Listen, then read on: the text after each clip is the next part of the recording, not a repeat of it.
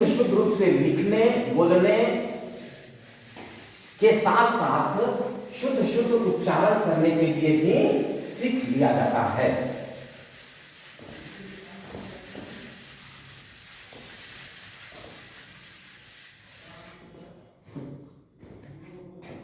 यह तो साधारण अर्थ हुआ।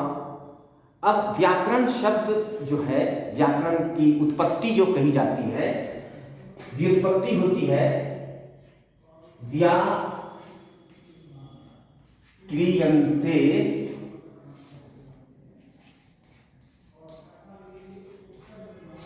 शब्दा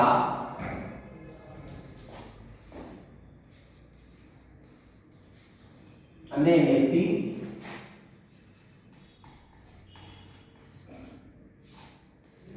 व्याकरण।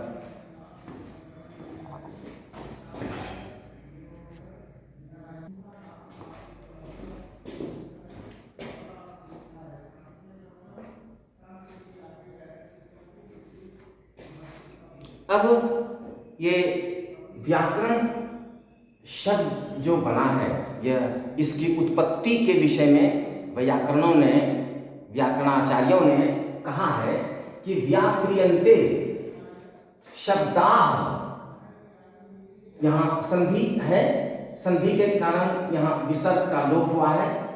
शब्दाः, संधि विच्छेद करेंगे तो बनेगा शब्दाः। अनेनेति में भी संधि है, इसमें होगा अनेन जोड़ इति, अनेनेति। तो इसका अर्थ है व्याक्रियते, व्याक्रियन्ते शब्दाः, व्याकृत किए जाते हैं शब्दाः, शब्द, अनेन इसके द्वारा, इति इसलिए यह व्याकरण कहा जाता है। तात्पर्य है कि इसके द्वारा अर्थात व्याकरण के द्वारा शब्द व्याकृत किए जाते हैं, अर्थात प्रकृति, इस व्याकरण के द्वारा प्रकृति प्रत्यय विभाग द्वारा शब्द व्याकृत होते हैं, निष्पन्न होते हैं, सिद्ध होते हैं, सिद्ध किए जाते हैं। इसीलिए इसे व्याकरण कहा जाता है। व्याकरण के द्वारा प्रकृति प्रत्यय विभाग के द्वारा, के माध्यम से शब्दों को सिद्ध किया जाता है, पूर्ण किया जाता है, व्याकृत किया जाता है और शास्त्र सम्मत सिद्ध किया जाता है। इसलिए इसे व्याकरण कहा जाता है। व्याकरण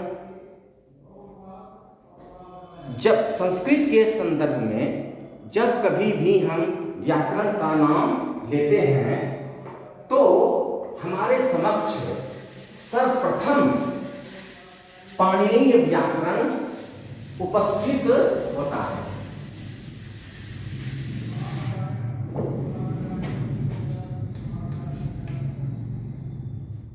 पाणिनीय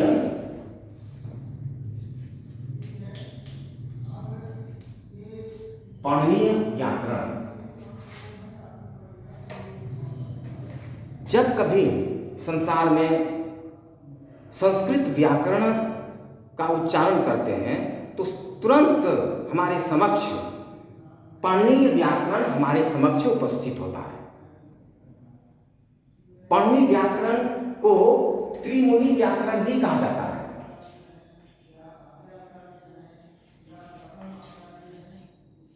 त्रिमुनि व्याकरण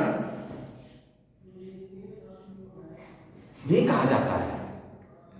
त्रिमुनि का व्याकरण, तीन मुनियों का व्याकरण, तीन आचार्यों का व्याकरण। तो त्रिमुनि है कौन? त्रिमुनि कौन है? तो त्रिमुनि है आचार्य पाणिनि, कात्यायन एवं पतंजलि।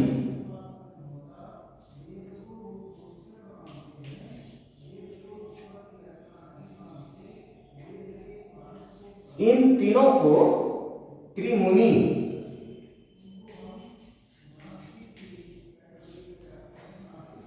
या मुनित्रय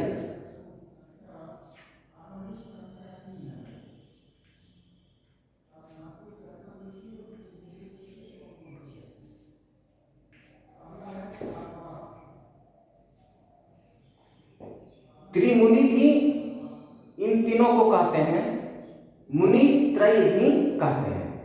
त्रि मतलब तीन, मुनि मतलब मुनि, और मुनि त्रय में भी मुनि मतलब मुनि और त्रय मतलब तीन, तीन मुनि।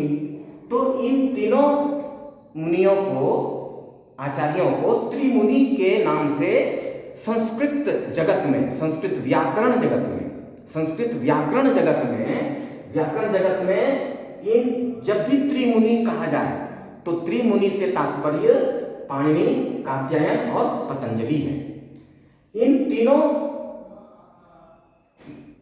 को त्रिमुनि कहा जाता है और इन्हीं तीनों के द्वारा जब व्याकरण निष्पन्न होता है, व्याकरण के सिद्धांत प्रतिपादित होते हैं, तो वे त्रिमुनि व्याकरण कहे जाते हैं।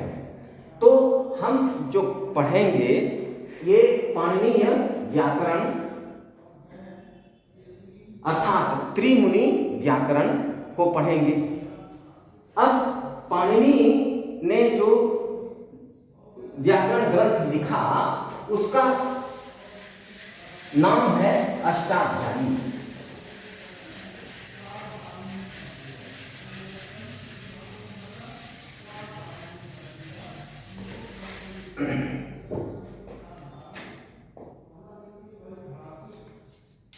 पाणिनि ने जो ग्रंथ लिखा उसका नाम है अष्टाध्यायी।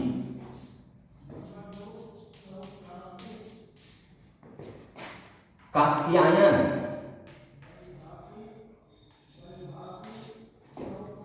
ने जो लिखा वो कहते हैं वार्तिक, और पतंजलि ने जो ग्रंथ लिखा उसको महाभाष्य कहते हैं। पाणिनि ने जो व्याकरण ग्रंथ लिखा वह सूत्र रूप में है। पाणिनि ने जो व्याकरण के नियम बताए हैं अष्टाध्यायी में, वे सूत्र रूप में है। सूत्र मतलब, सूत्र अर्थात संक्षेप। संक्षेप में इन्होंने वैदिक और लौकिक शब्दों का विश्लेषण किया है। वैदिक लौकिक शब्दों की निष्पत्ति के विषय में और शास्त्र सम्मत, लोक सम्मत सिद्ध किया है। अष्टाध्यायी में जो यह ग्रंथ है ये 8 अध्यायों में विभक्त है। साफ पता चल रहा है कि अष्ट जोड़ अध्यायी, अष्टाध्यायी। अष्टानाम अध्यायानाम, अष्टानाम अध्यायानाम समाहारः इति अष्टाध्यायी। अष्टानाम अध्यायानाम समाहारः इति अष्टाध्यायी। 8 अध्यायों का समाहार है, इसलिए अष्टाध्यायी कहते हैं। इसमें अष्टाध्यायी में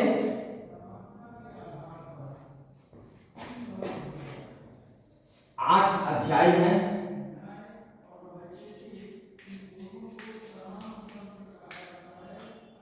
और प्रत्येक अध्याय में 4 पाद है। प्रत्येक अध्याय में 4 पाद है। तो 8 अध्यायों में मिला करके कुल पाद हो जाते हैं 32 पाद हो जाते हैं और लगभग 4000 सूत्र हैं। 3992 लगभग 4000 सूत्र इसमें अष्टाध्यायी में हैं। लगभग 4000 सूत्रों के माध्यम से आचार्य पाणिनि ने वैदिक और लौकिक शब्दों का विश्लेषण किया है। अब चूंकि अष्टाध्यायी सूत्र रूप में रचित ग्रंथ है, उसमें कुछ कमी रह गई, कुछ त्रुटि रह गई, तो उसकी पूर्ति करने के लिए देखा कि कात्यायन ने कुछ पाणिनि से कुछ नियम बनाने में कुछ कमी रह गई, कुछ बातें उनके ध्यान में नहीं रही, तो उनकी पूर्ति करने के लिए अष्टाध्यायी को पूर्ण रूप से और प्रामाणिक बनाने के लिए कात्यायन ने कुछ वाक्य के रूप में अपने मत, व्याकरण सम्मत मत प्रस्तुत किए। वो वाक्य के रूप में कात्यायन ने मत प्रस्तुत किए, इसलिए वह जो वाक्य है वह वार्तिक के नाम से जाना जाता है।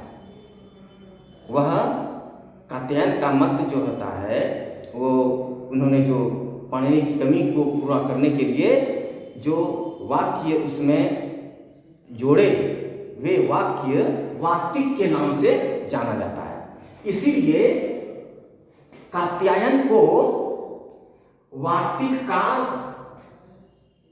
के साथ साथ वार्तिककार के साथ साथ वाक्यकार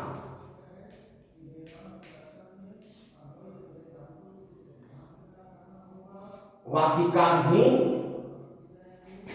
कहा जाता है। कात्यायन को वार्तिककार भी कहते हैं और वाक्यकार भी कहते हैं। तो वार्तिक अष्टाध्यायी में जो कुछ कमी रह गई थी, उसकी पूर्ति कात्यायन ने वार्तिक लिख करके की। अब आगे चल करके चूंकि अष्टाध्यायी के सूत्र संक्षेप में हैं, तो उस सूत्र के अर्थ को समझने और समझाने के लिए एक व्याख्यान की आवश्यकता महसूस हुई। जैसे कि कहा जाता है इको यनाची, यह अष्टाध्यायी में पाणिनि ने सूत्र लिखा। इकः यण अचि, इसमें 3 पद है। इकः यण अचि।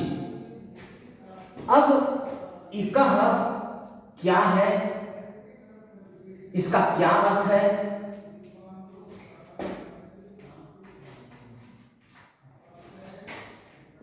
इसके विषय में विशेष ज्ञान जानकारी की स्पष्टता की आवश्यकता महसूस हुई। यण क्या है, यण किसे कहते हैं, यण से तात्पर्य क्या है, अचि का मतलब क्या है, इन तीनों पदों का अलग अलग क्या अर्थ है, इसकी क्या विशेषता है, इसका क्या प्रयोजन है, आदि बातों की व्याख्या या व्याख्यान की आवश्यकता महसूस हुई। तो इसी आवश्यकता की पूर्ति करने के लिए महर्षि पतंजलि ने अष्टाध्यायी के सभी सूत्रों को वार्तिक सहित लेकर के व्याख्यान प्रस्तुत किया। सभी वार्तिकों को लेकर के अष्टाध्यायी में जितने भी सूत्र हैं उनकी व्याख्या की, एक एक पद का पदच्छेद करके एक एक सभी सूत्रों के एक एक पद का विवेचन किया, उदाहरण प्रत्युदाहरण के द्वारा विस्तृत व्याख्यान प्रस्तुत किया। इस व्याख्यान के क्रम में महर्षि पतंजलि ने अपने धर्म, दर्शन, इतिहास, शास्त्र, साहित्य आदि का समावेश किया। इसलिए महाभाष्य में ज्ञान विज्ञान का भंडार छिपा हुआ है। इसीलिए इसको महाभाष्य कहा जाता है। भाष्य ही नहीं, महाभाष्य कहा जाता है। शंकर के द्वारा रचित भाष्य शंकर भाष्य, शबर के द्वारा रचित भाष्य के नाम से जाने जाते हैं। वे सभी केवल भाष्य कहे जाते हैं, परंतु पतंजलि के द्वारा वार्तिक सहित अष्टाध्यायी पर लिखित भाष्य महाभाष्य के रूप में जाना जाता है। ये महाभाष्य में आहनिक है, 85 आहनिक, 85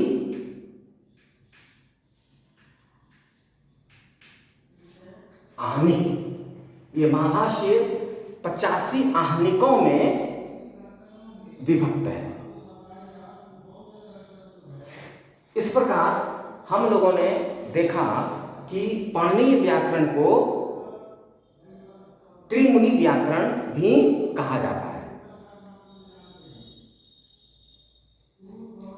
अब हम सब अगले अध्याय में संस्कृत व्याकरण के अध्यापन पद्धति के विषय में जानेंगे। प्राचीन काल में अष्टाध्यायी के सूत्रों के अनुसार अध्ययन अध्यापन का क्रम चल रहा था, इसलिए उसको अष्टाध्यायी सूत्र के अनुसार अध्ययन अध्यापन की पद्धति अर्थात सूत्रानुसारी पद्धति कही जाती है। उसके कुछ समय बाद कालांतर में जाकर के अष्टाध्यायी में जो सूत्र हैं, संधि से संबंधित सूत्र अलग अलग जगह पाए जाते हैं। समास से संबंधित सूत्र अलग अलग पूरी अष्टाध्यायी में बिखरे पड़े हैं। स्त्री प्रत्यय, स्त्रीलिंग प्रकरण, स्त्री प्रत्यय से संबंधित सूत्र अलग अलग अष्टाध्यायी में अध्यायों में अलग अलग अध्यायों में बिखरे पड़े हैं। तो बाद में कुछ विद्वानों ने यह महसूस किया कि छात्रों या अध्येताओं को सरलतापूर्वक संस्कृत व्याकरण, पाणिनीय व्याकरण का ज्ञान कराने के लिए प्रकरण के अनुसार ग्रंथ की रचना की जाए।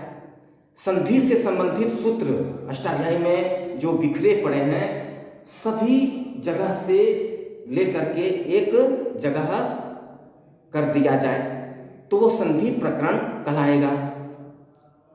संधि से संबंधित जो ज्ञान प्राप्त करना चाहते हैं छात्र या अध्येता, वो एक जगह सभी सूत्र उनको मिल जाएंगे। इस तरह से संधि विषयक ज्ञान की केवल उनको जरूरत है, तो संधि से संबंधित सूत्रों के लिए जानकारी के लिए एक जगह एक प्रकरण बन जाएगा, तो उन्हें संधि का ज्ञान हो जाएगा। समास से संबंधित ज्ञान प्राप्त करना केवल चाहते हैं तो पूरी अष्टाध्यायी पढ़ने की जरूरत नहीं पड़ेगी। केवल समास से संबंधित जितने भी सूत्र हैं एक जगह एकत्र हो जाएंगे, तो छात्र उस समास विषयक ज्ञान को प्राप्त कर सकते हैं, उससे उसके सूत्र को जान सकते हैं। इस तरह से प्रकरण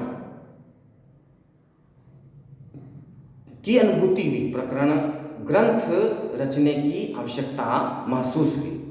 इस प्रकार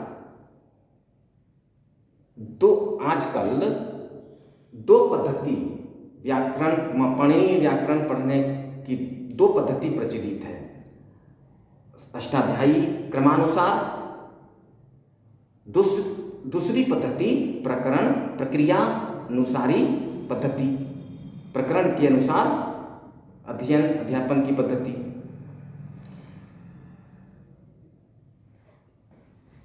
अब अगले क्लास में हम लोग इन दोनों पद्धति के विषय में संक्षेप में जानेंगे।